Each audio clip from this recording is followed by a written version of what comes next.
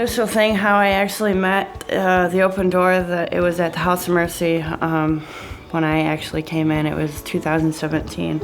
I actually met Renee when I was in the county jail. I was pregnant with my third son.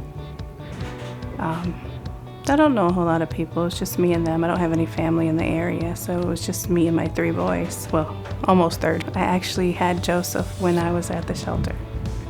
I had my son, my firstborn son, when I was 18 years old, right out of foster care and detention centers and the courts. I was awarded state, and so I was kind of aged out of the system. Adulthood was scary to begin with, let alone add a child in the mix of it. I couldn't find anything to rent in Midland. It was rough. I was having a hard time with my kids.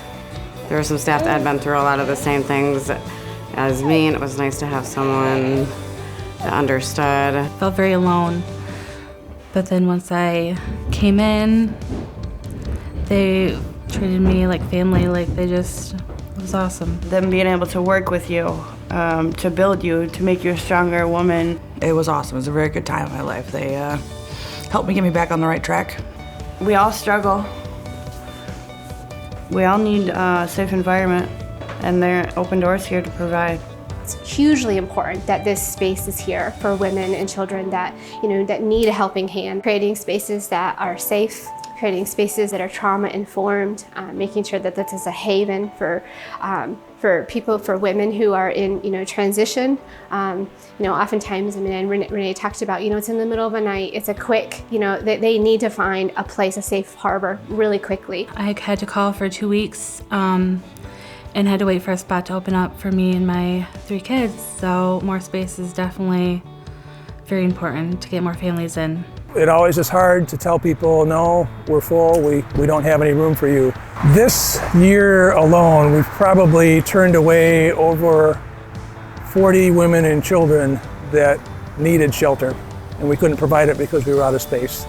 So that's the main need that we have in our community. It's something in our community that not a lot of people realize or understand, how many people are in need of housing for a wide variety of reasons. This home doubles capacity from what they were formerly able to serve. The specific purpose of this facility is to provide transitional housing for women and children. The current facility that we have is out in Homer Township, so it's outside the city limits.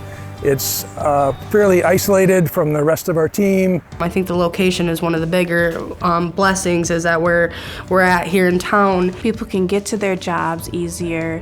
The school is right down the road, so they can actually get to the school.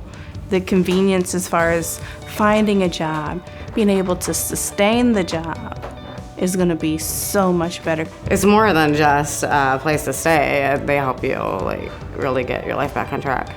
So this space is going to be providing a lot more room for women and children that need support for transitional housing, whether it's a few days, a few weeks, or a few months. This is your first step. This is your first step to security. They're just a complete support system. And it's more than just a safe place to lay your head. I mean, it's a place to be in community with other mothers and children, and also the amazing open door community. I mean, there are countless volunteers that make this run. It is the first step in a direction towards some help from people who care, people who they choose to care. And it's hard to find people like that who choose to care and just have that grace with you and that patience. And the resources are unbelievable. Love is not just an emotion, it's your right.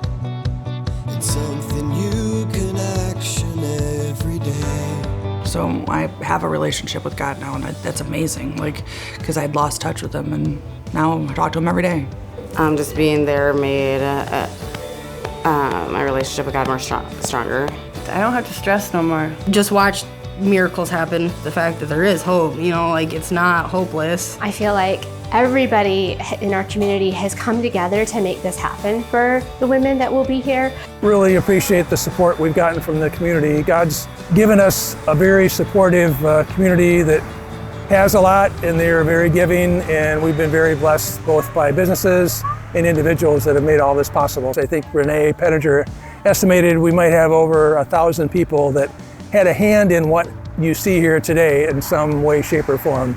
it won't end just when they move in. There's gonna always be ongoing needs that need to be met. And I think that what's so cool about it though is that there are so many people within our community that are being invited to participate in maybe a different way than they had in the past.